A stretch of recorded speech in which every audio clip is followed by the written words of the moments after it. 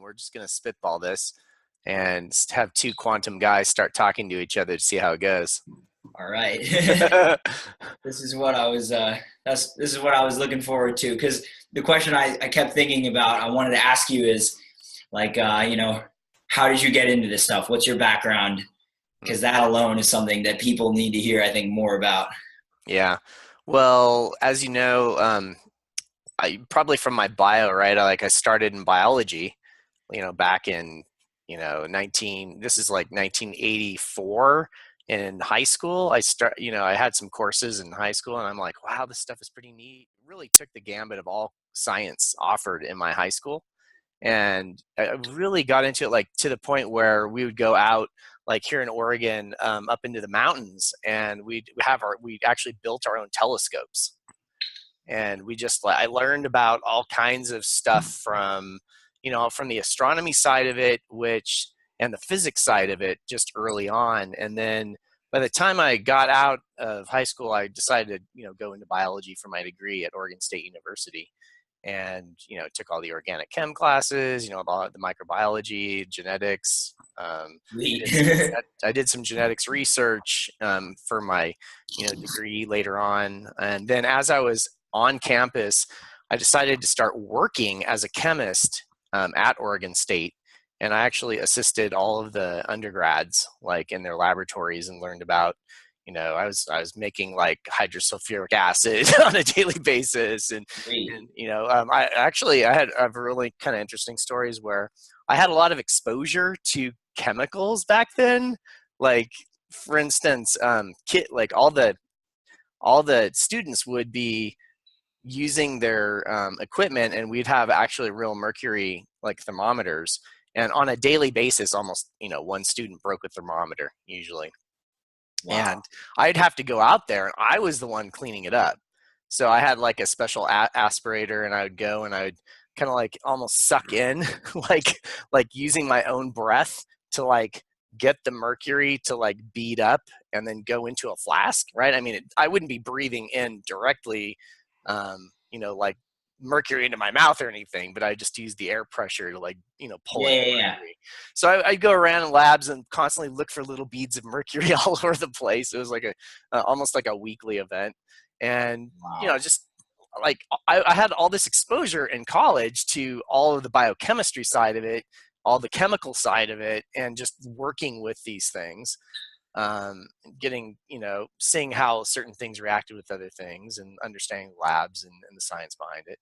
So then fast forward another couple of years after I got out of college, I started working professionally at Stanford as a biologist in laboratories similar to the chemistry laboratories, where I would assist all the biologists and all the undergrads and pre-meds with all their experiments. So this was like, we had like, over the course of 4 or 5 years, we had maybe like 50, 60 different kinds of laboratories we'd put the students through, because the laboratories would shift every year. And then other students would have like their own programs that they would like design their own experiments, and we'd have to support them. So I'd be ordering chemicals from Sigma and, just all the companies to kind of, set up their idea of how they wanted their experiment to play out. Yeah. And it was like awesome, because I was exposed to like all types of different concepts. I remember people testing, for instance, pesticides on plants even back then, like, is this going to be harmful for humans? There were some electromagnetic type of experiments, but they were more subtle. And some of the experiments done at Stanford back in the day were like on cockroaches, and like pulsing energy into like a dead cockroach's limb to get it to move.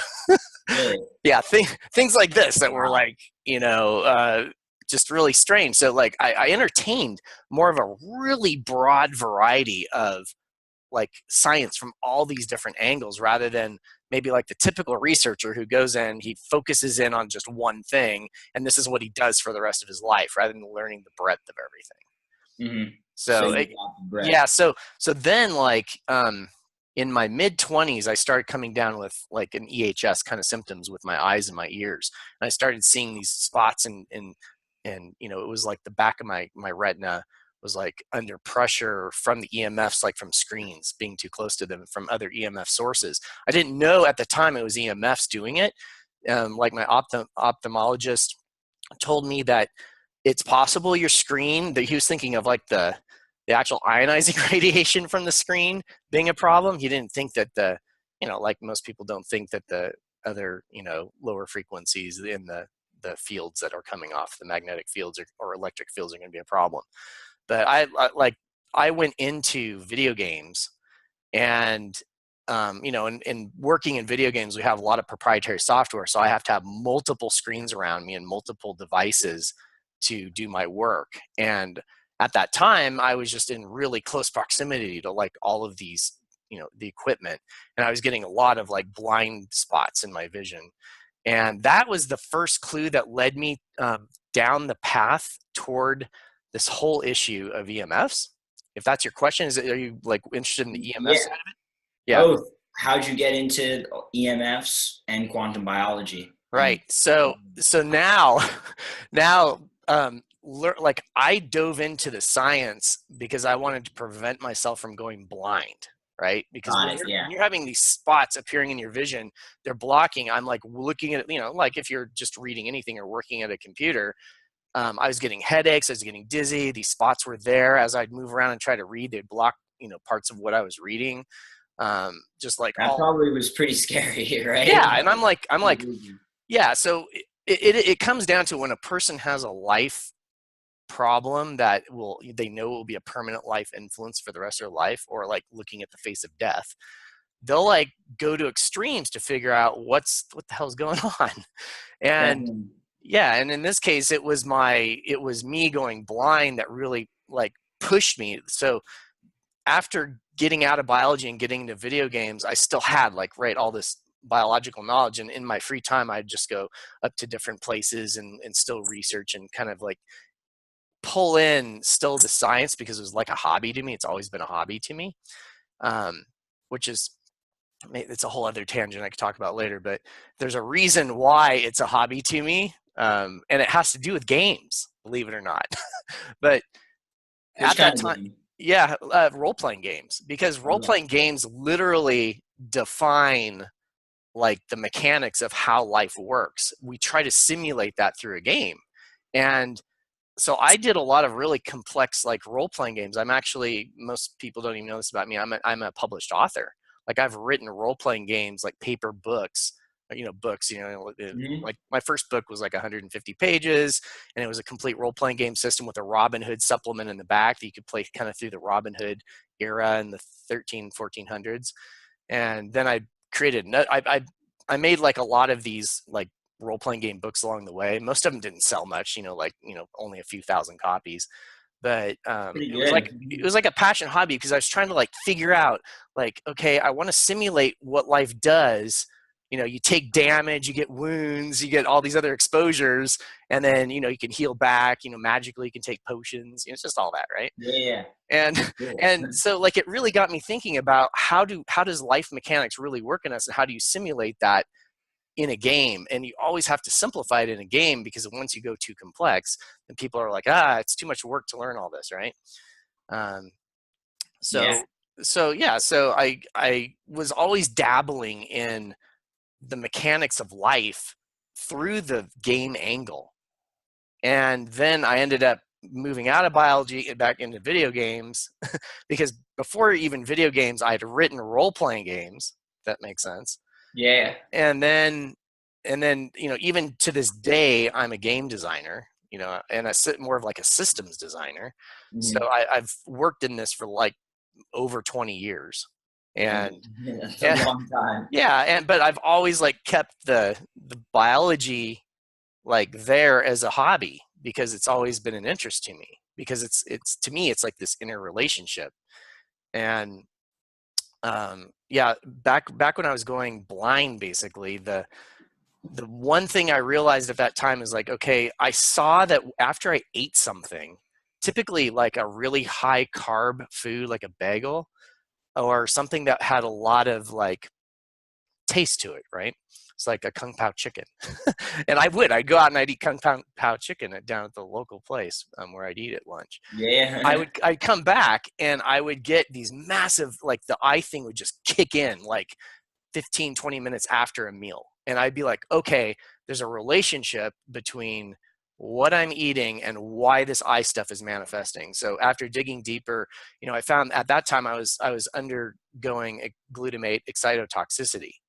And as you know, like from Dr. Cruz, like this is a symptom of having a lowered redox and having water not working well, being very hydrated in cells, especially specific cells in the body.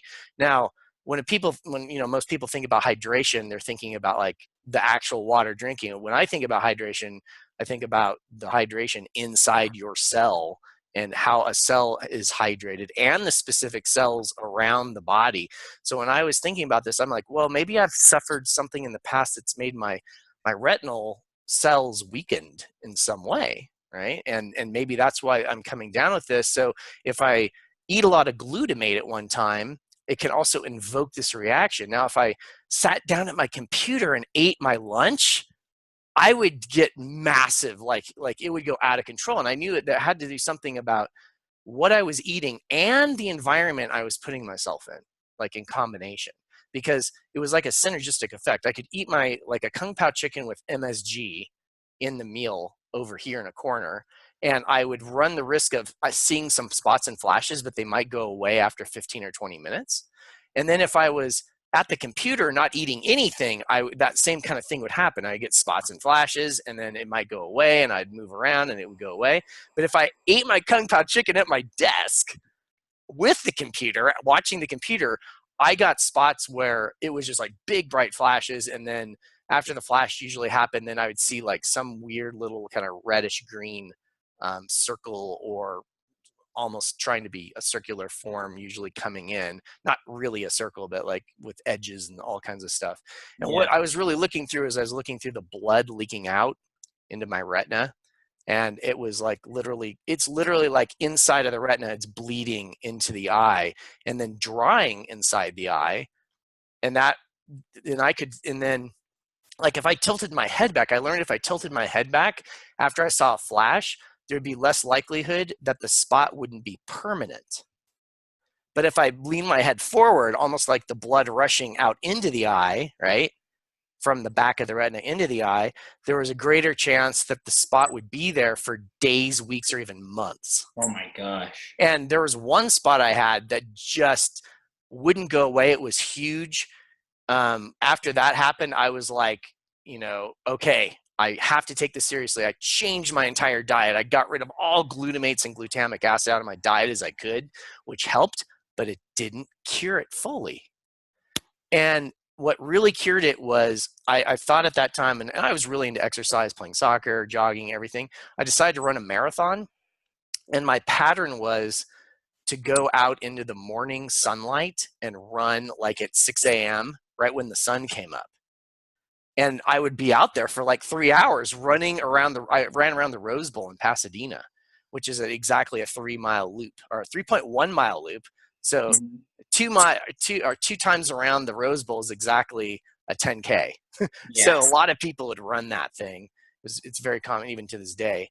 I started running like 3 or 4 times around the Rose Bowl loop. Almost every other day. I was running like 40, 50 miles a week. Wow. And then I noticed like 3 or 4 months into it, my eye problems were going away, and I could eat some more glutamate rich foods and it wouldn't cause the problem. And even at my desk at work with all the monitors, I realized, wait a minute, I'm not getting the eye issues anymore. So at that time, on a quantum basis, thinking about this, at that time, I had no idea that it was the sunlight, morning sunlight, strengthening the back of my retina with those sunlight frequencies. And then it was also, I was out in shorts and a t-shirt. So I was getting all kinds of benefits, just light hitting my skin and helping my redox potential and building me back again.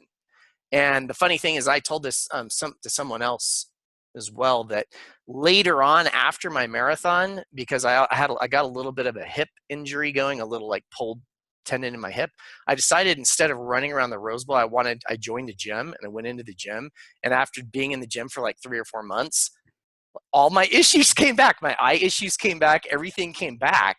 And I'm like, okay, I think I know what's going on. There's something about that morning sun, getting out in the morning and jogging, that's healing me. And it didn't even occur to me that it was just the sun that was helping me out, right?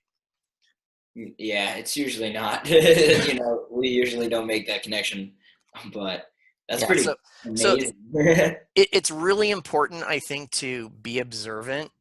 Um, and a lot of people are, but they're really observant with the things we've been trained in, like observant with your food, is it has GMOs, and like there's mainstream society thinks about observation in these parts, and they only look, a lot of people only look toward like one, like towards supplements or towards food sources as, and seeing like what response they get from that kind of stuff, from the biochemistry. And what we do, right, is we get the benefits from the light frequencies. Like we have to be observant with like wearing, or being in front of a computer later at night, where we get more blue light from it. Like we're thinking about all of the other side of it, the biophysics, and the rest of society is all over here in biochemistry. And we've got the best of both worlds because we can do both. We can jump around from both places and just fix our worlds if we can observe what's going on with ourselves. Yeah, I think that's amazing. So, wow. I think you're totally right. Like the more I've thought about just either potential scenarios where someone presents some kind of challenge to, you know, these ideas, and I want to be able to explain them as well as I can, or just me wanting to understand them better myself, I always imagine these situations where, you know, someone says like, you know, but the body's made of food, so isn't food the most important thing? But, you know, I was just thinking about this one today, but the body isn't really made of food. It's made of water and light and electricity and small fraction of organic molecules, but mostly water. So, you know, what is it, the food we're eating that's affecting that water more, or the light that we're living in and electromagnetic fields that affect the water more that makes us up? And anyone who knows anything about physics would, you know that it is the electromagnetism that affects the water more. Maybe not anyone who knows something about physics, but anyone who's gotten a little deeper and kind of seen the latest research and stuff. So, you know, that kind of stuff. And the dielectric constant, like what dielectric, potential is in the water, like the water, like as we know, like with Pollock's work with EZ, like if we're building exclusion zone well, or if the water's more viscous in the cells versus more fluidy. And if it's more viscous, it's going to hold that charge, that energy better in the water. Like there's so many properties that you start digging deeper into the quantum, and you're like, okay, all these things we're observing in the science, it must be taking place. And then on the next side of it is the deuterium content of, probably the most deuterium we get into our bodies is, I'm thinking, coming from the air, right? Because just hydrogen in the air and the deuterium in the air. But the next thing we actually ingest that is even, that's probably a closer run up to that would be water, right? And the water sources, and just getting a better water source could lower your deuterium in your body and make the ATPase run more efficiently at cytochrome complex 5. And then we have proteins that will be, and enzymes that will work more efficiently because the deuterium won't mess up with, the protein folding problems. And then we've got, like all of these things all like biology is so complex, it's mind-blowing, but there are some very basic things we can start to implement pretty easily. Finding a better water source, better food sources that are more deuterium depleted, which will just help the overall engine just run better. Getting outside and getting that sunlight onto our skin through our eyes is, vitally important. For me, like I feel it, like I've got the experience with it, because if I didn't do it in the morning, my eyes would become weakened again, and then I'd run the risk of getting more, retinal ruptures. And no one wants to be faced with a blindness, but this is a growing problem. I think there's got to be way more people now kind of suffers from my same kind of situation I've got. And they just don't know, but if they're observant enough, they might figure out that if they have a pattern of getting outside more, their eyes get healed more. Yeah. Yeah. Yeah. I was just talking with Nathan Walls this morning. I don't know. Have you done a Yeah, call with him yet? You I have. have. Yeah.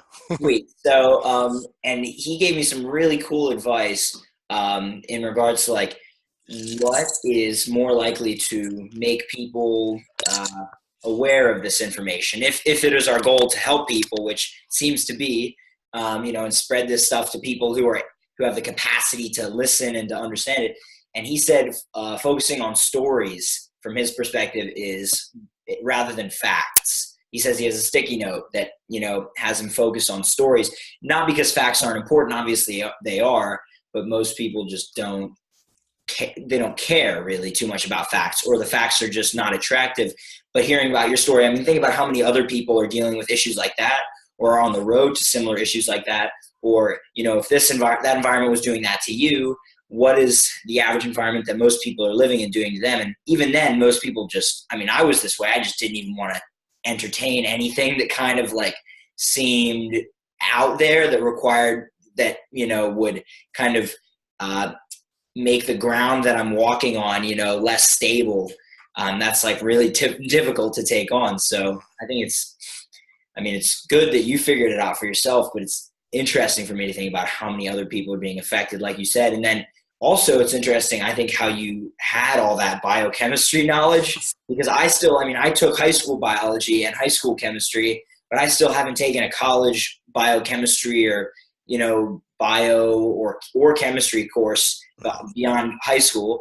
I have read a lot. So I talk with college students all the time, and I'm telling them this stuff I'm interested in, because people always ask me, what do you do? What are you doing? Blah, blah, blah. So I start telling them, and they're interested. So I keep going.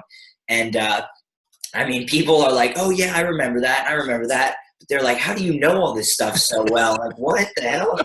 Like, I've talked with medical students, one in Mexico that Dr. Cruz he kept talking about that story, how we were in a hot tub talking with a sleep doctor, his daughter, and their family.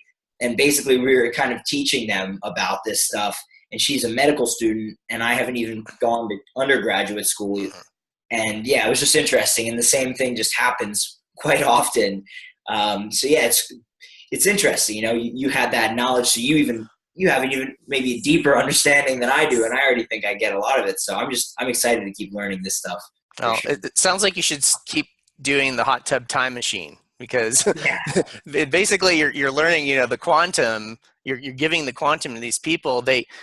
What you just hit on. There's a couple points. Yes, stories are very powerful, and absolutely analogies. Like, I use analogies, which are kind of a form of a story, to tell people that it's a relatedness. You have to tell something. You have to like perceive what they will be interested in, and then use an analogy that will just drive home the point. And it's really hard sometimes to find those stories or find those analogies. But I think we know so much about this issue now, just the quantum and EMFs and everything else, that we have the ability to message this out to the public real easily. Mm-hmm. Oh yeah. Now with like you sitting in a hot tub and talking to people about this makes total sense. And it puts us in a weird place, because some people think like we're almost like out here, like we've almost lost our heads, because we're actually, sometimes we know enough about the science where we become looking like he's a little crazy about the science. You know what I'm saying?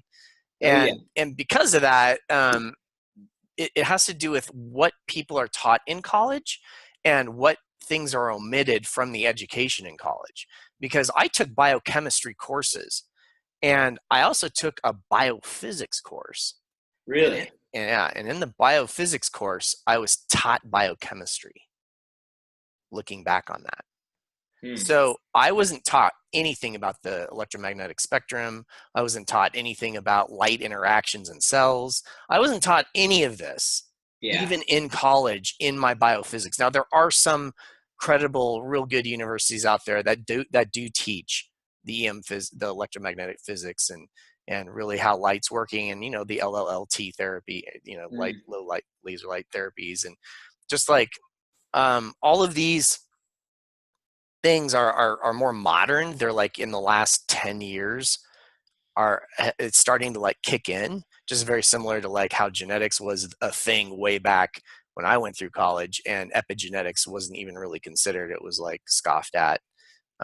Like if there's like, and I was in my biology courses, I mean, we had discussed things where like, okay, how important is it that you're born with this stuff and you're living with your DNA code, and then how much of it is environmental influences. We knew that there was both. We had just like what you're born with and environmental influences. Yeah, but nature, like, nurture. Yeah. And then on all the pie charts in almost all my courses back in the day, it was like, most people agreed it's mainly genetics.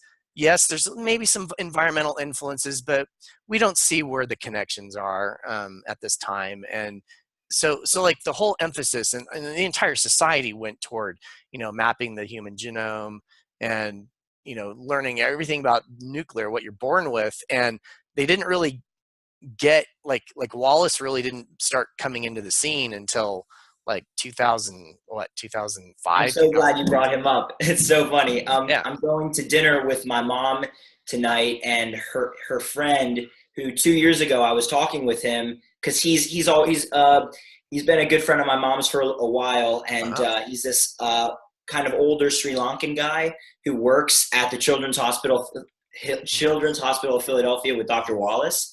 And so I was telling him, as every time I learned something new about health in my journey, he was always there having wine or something with my mom. And I would say, I learned this, that. And then I was talking about Dr. Cruz, because that was kind of the next evolution. And then eventually Dr. Wallace, this guy's so cool. He's a chop. Oh my gosh. My mom, he's Sri Lankan accent. He's like, oh, I know Doug. And I was like, Dr. Wallace, are you kidding me? He's like, yeah, I could set you up with a meeting. And it was just, I was like, what? So yeah, he talks with Dr. Wallace like on a daily basis. He tells me about patients that they work with.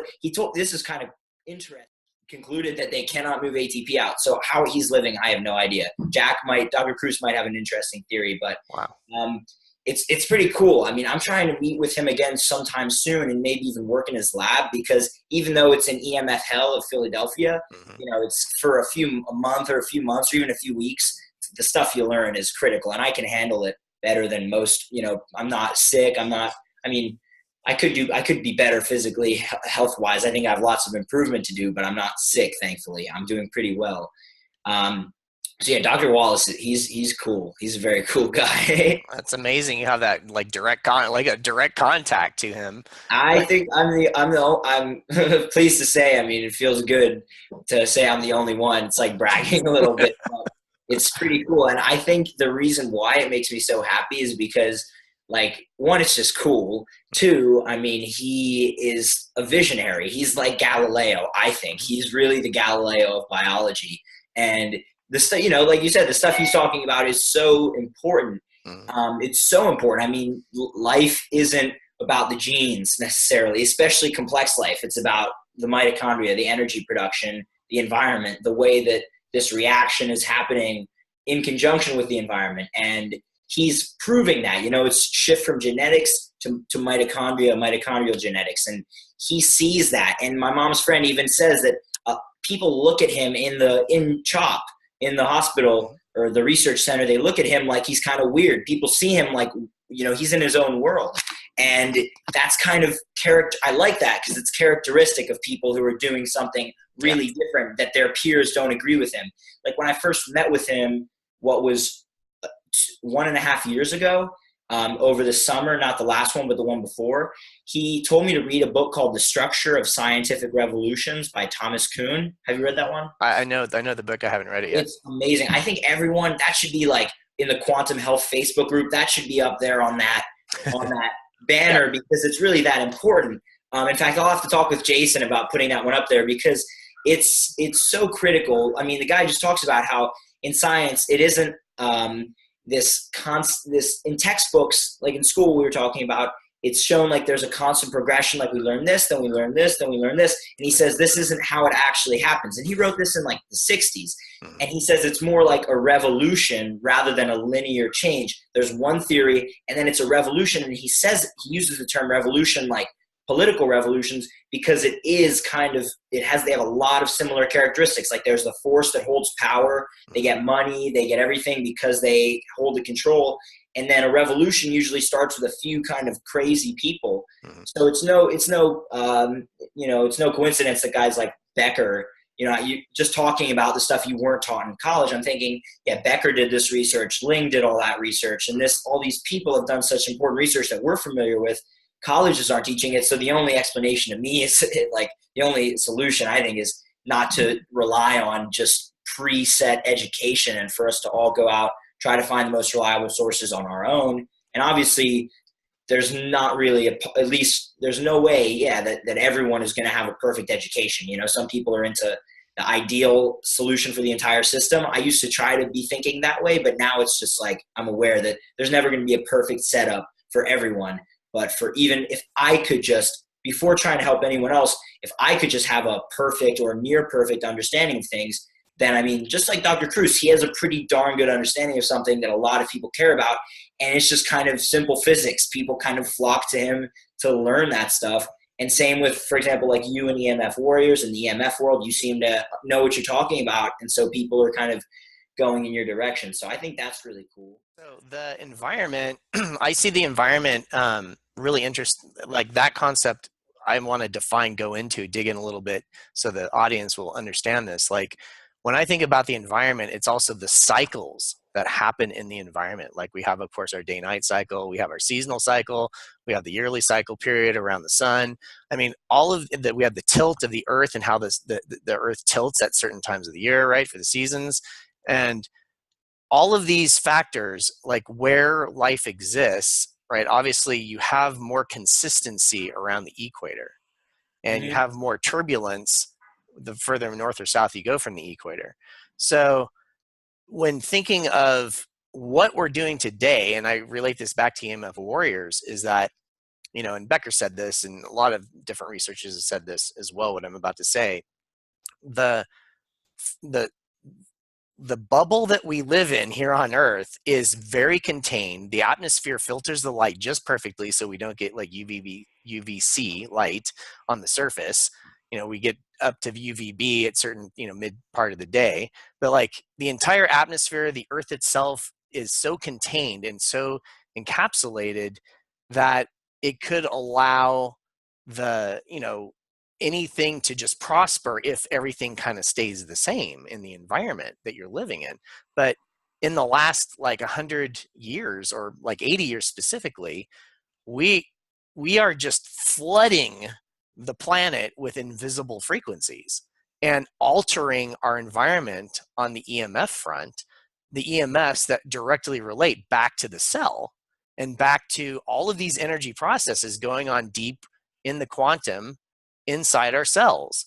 So we have, I think, if you look at any other thing on Earth that could have exposure to us and exposure to the planet, to the ionosphere, right, to the magnetic shield that the Earth has, to just all of these things are interwoven with EMFs, energy processes, and fields. That's what we are as living organisms. If we didn't have those, we would be dead. We'd be just inert. We'd be another rock on the planet. So we have to, like the biophysics in us is crucially important for everything, for life, for everything. But we're using the physics in such ways today that now we're altering our environment and our life systems, and in new ways that have never been done before, generating frequencies that have never been seen before on Earth. In this intensity and quantity, right? Just in the exposure rate. And now as we're moving on, it's like everyone wonders what's going on with the Earth, what's happening, what's going on with everybody's health. And it's like, we see it, we know, we actually, like, that's what we're trying to do, right? EMF Warriors, that's what we're trying to like tell people about, is we have this insight we can give to other people, but it's going to be analogies and stories that really get people to think a little harder about the environments they're putting themselves in.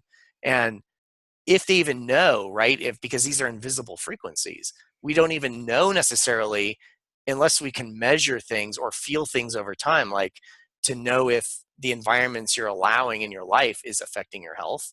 And if all of these other, like just where you live can matter because of all of your past your epigenetics, what your mitochondria expect from your ancestors down the chain up your maternal line, as we know. And maybe it's more advantageous for me to live at more like a 20-degree latitude on the planet for my health versus 32-degree latitude, because we don't necessarily know, like on an individual basis, how our mitochondria really is adapting, and do we do good at this location, or this location across the planet. But also now with just all these flood of frequencies, that is another, like, let's say we had no frequencies, but all these new frequencies of the microwave, the radio frequency, everything else in the air, and we could just like move to different locations like north and south and find our like optimal place where we feel the best. Like there's stories about this written even here in Bend, Oregon, people flocking out to Oregon because their doctors told them in 1859 that I want you to go to a different environment because people are claiming that this environment's helping their health. And medical doctors would actually recommend to their patients, go move. And this was like 150, almost 200 years ago. And it's recorded. Like I've posted this like at EMF Warriors from time to time. So in thinking about like what doctors knew 100, 150 years ago, that the environment you put yourself in can really matter, and there were no frequencies on the planet back then.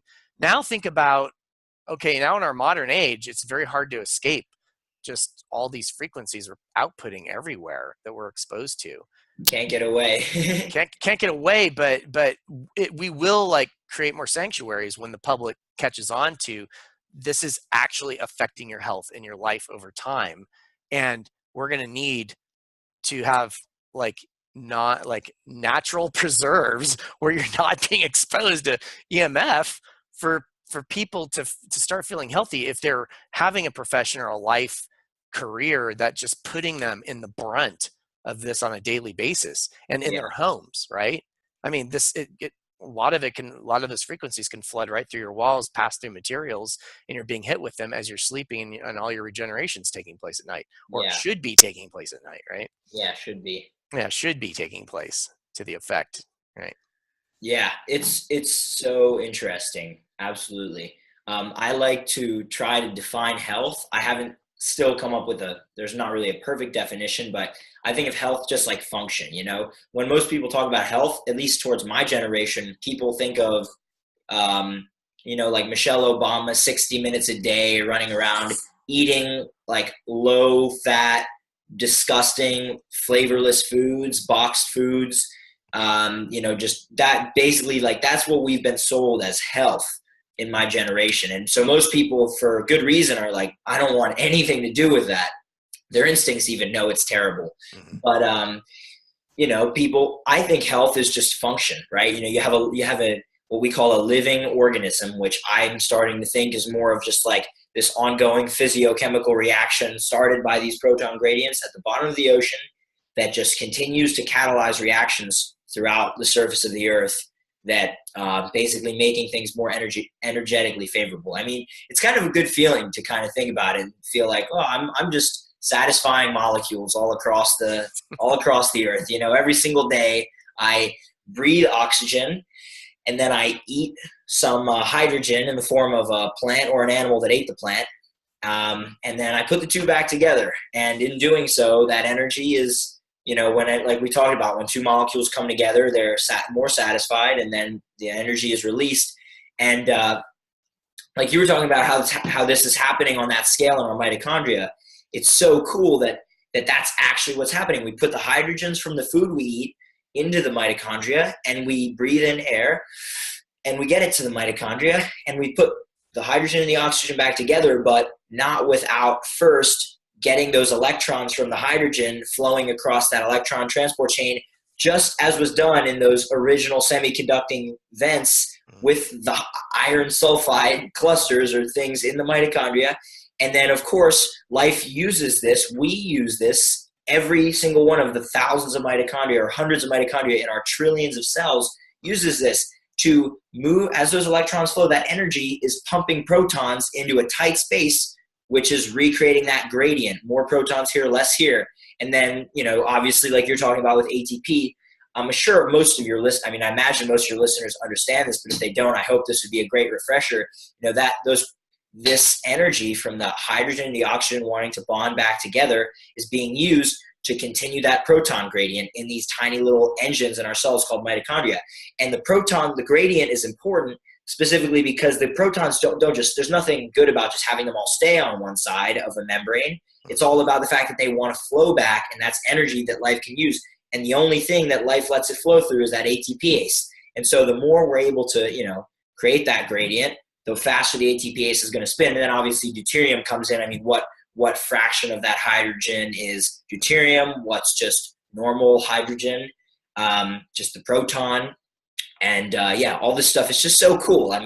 You wake up every day, the sun signals us through the photoreceptors in our eyes to come to being, to catch photons that allow us to, we absorb them, allow us to have energy to carry out enzymatic reactions in our body through our water networks of our proteins. And again, that's the reason some people don't really know why, or at least most people just take for granted the fact that we're awake when the sun's out, and we literally go unconscious for 10 hours or 8 hours or 7 hours. Some people only 4 or 5 hours. We're just unconscious when it's not here. Like, why might that be? Like, maybe it has something to do with the sun, right? It's just so, you know what I mean? It's like, duh. Yeah, of course it's the sun. Obvious to a point. Yeah. But you never realize it when you're growing up, because like the system we live in, I think it's totally based on making people take it so seriously. Like growing up, I've realized I just took everything so seriously. Like, I got a bad grade or this or that. Oh, it's all like a tragedy. I've seen Dr. Cruz maybe post about how, when we have high dopamine, we're able to see life more like a comedy rather than like a Shakespearean tragedy. Right. And that's a pretty good analysis of the situation. So, but the key that I'm getting to is that, what people don't realize is like I was saying, that environmental stuff is the cause of life. Life is literally a part of the environment, right? Mm-hmm. So when Dr. Doug Wallace comes out and shows that of the dysfunction that humans face today, obviously we've eliminated, tuberculosis and other transmutable diseases, infectious diseases through many different mechanisms like, sanitation, antibiotics.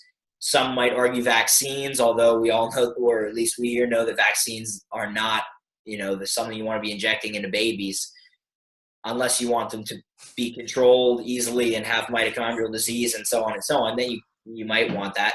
But, we are inextricably in interaction with the environment. Dr. Wallace, he shows 15% of the diseases that people are experiencing are genetic, something like 15%. The other 85% are mitochondrial diseases. And then you have guys like Dr. Cruz. The thing is about Dr. Wallace is that just from talking and meeting with him, I haven't gotten enough data, so I can't say for sure, but just it was pretty clear that they're not, they don't know all about the water. Dr. Cruz was saying, share with him Dr. Pollack's book, The Fourth Phase of Water. They're not too hip to light. However, I did mention it the last time we met, and he said they are doing experiments where they're shining lights on mitochondria to see how they impact their function. So that's totally something I try to get into if I'm there. Hopefully it's sunlight and not necessarily artificial. Well, it's probably artificial light, let's be honest, but I would be the one to propose, let's try full spectrum sunlight. And,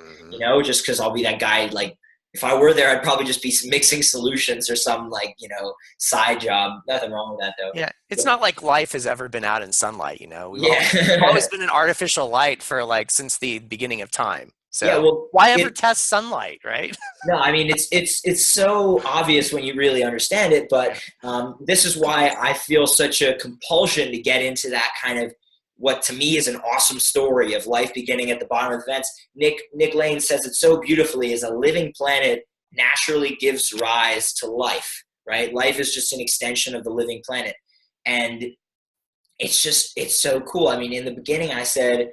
And some people might not have got this, but literally my entire existence, my living is based on that energy production in my mitochondria. And for people who don't understand what that means, literally, if I were to stop breathing, to stop taking in oxygen to react with hydrogen, to keep that proton gradient going, to keep that ATPase spinning, unfolding proteins, allowing water to bind, and basically doing all these other functions like keeping me, again, breathing further and all the moving, blah, blah, blah, keeping my neurons firing, literally I'd be dead. You'd be dead immediately. So it's not like life is just something that is just here and is just a random reaction. It's a constant interaction with the environment. Like if I do not continue to satisfy hydrogen and oxygen together, I'm done because there's nothing else for me to live. And the thing that people, I just mentioned people might not have gotten is that the only reason the hydrogen and the oxygen are separated is because a plant separated them in photosynthesis. It was a water molecule, and then a plant wanting to store energy because that was energetically favorable for the plant, given the inclined light, the light on the plant that was present in that environment.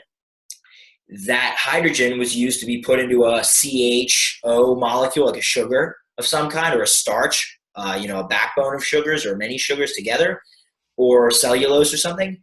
And then the oxygen was just released in the atmosphere. And people know this. The trees breathe out oxygen. We breathe it in. We breathe out CO2. They take it in. But people don't realize that it's not just the oxygen that comes from the trees that we're getting. It's also all the hydrogen and all of the food we're eating. And we're putting the two back together to make water again, increasing entropy in the environment. And interestingly enough, it goes back to sun. Like I'm going to turn my computer around without turning off or unplugging the Ethernet cable. But those trees out there, there's no sun in Philadelphia right now. So they're not doing any of this photosynthesis. They're just trying to stay alive in the cold. I'll do my turn now too. You can see out my window. Hopefully I'll be able to turn. Can you see out there? Getting there, getting closer. How about there? Yeah, it's a bit bright, but I see some grass. It's a bit too bright to see anything. All right. Here, I'll turn it back. It's also through. I have the mini blinds kind of like blocking too. But yeah, I've got my pine tree forest out here for my oxygen and my hydrogen as well. Well, there you go. Pretty cool. So it's anyone. Obviously, I'm sure you've talked probably quite a bit about Dr. Wallace on your show. Or I'd imagine at least some. But yeah. Well, we created the video. We created that video at EMF Warriors that actually did like a caricature of him in there. Okay, sweet. Yeah. That's awesome. He's amazing. He's a really amazing guy. And I think like one of my next biggest projects of interest is to try to get Dr. Wallace in a venue where quantum, like these people are going to come and flock. And I think he would be amazed. I mean, when I came to him a year and a half ago and I told him that there's this whole group of people who are fascinated with his work and and are actually using it to reverse their diseases, I think he was just like in shock. I tried to explain to him to the best of my ability then and again this year what it is that Dr. Cruz is kind of explaining and kind of going not further, but mixing other things with the light and stuff. And, he's just as a scientific mind until he's seen an experiment that's really like proven it, it's not as easy for him to get. So I've met Dr. Wallace, which was really cool. Speaking of Nick Lane, when I was in Europe, I got to meet with him, which was really cool. Again, like I just send these guys emails and I was like, Dr. Lane, hey, I'm friends with Dr. Wallace. He said he knows you. Can we hang out? I'm really interested in your work. I hadn't even actually read his book yet, which is I should have. But anyway, nonetheless, I made the connection while I was in Europe. And he specifically told me that he told me, all the things we think in our community about how science is totally like messed up and corrupt. He told me all those things, like no shame at all. He's like, yeah, you got to get money to write your grants. If you don't, you're done. That's your career. So people will, you know, bend their results to get the results they need. And he also said, like, something along the lines of like, I don't have time, or not, maybe not him, but people don't have time, a lot of scientists, to dig into other research and to put it together because they're so focused on their own thing and trying to write papers to get into high journals to get more grant money. So there's no surprise that, you know, he just kind of sounded like he didn't have time to look into this stuff, even though it's really important as far as we know. But there's always tons of people coming to him saying, this is important, that's important, that's important. It's hard to choose, right? They're putting him in a tough position as it is. But, you know, no wonder no synthesis is happening between the scientific community and the pharmaceutical companies don't want to fund the synthesis, obviously, because they benefit from the disparateness of all the science. So, you know, we, as these citizen scientists, I think it's our job. We're the only people who are going to do it. I mean, at this point that I'm aware of. Well, I think we also, like in the quantum health group specifically, like once Cruz started posting Wallace's video, like I noticed I'm a data taker. So I'll like look at all the data points on everything, like on YouTube, like I know which videos have the billions versus the millions versus just the thousands. And since since Wallace put out that video when he was in Wisconsin and gave that talk, that video was, I think, around 2,000 or 3,000 views. And today, if you look it up, I think it's over 16,000. So like wow. that kind of, well, it's sad. It's sad to me though, because like some of us have watched the video several times because there's so much beautiful information in it. But then on top of it, I like look out on the internet and I see like the video for Imagine Dragons like Radioactive. And it's like, you know, like 800 million views, right? Or like a Disney video could be like 1.2 billion views. And I'm like, imagine if you could get this information now to another social area where you can get like, you know, it's like telling a story. Can you tell this story in such a way where people then will flock and they'll enjoy it almost as entertainment, but they learn something really good out of it?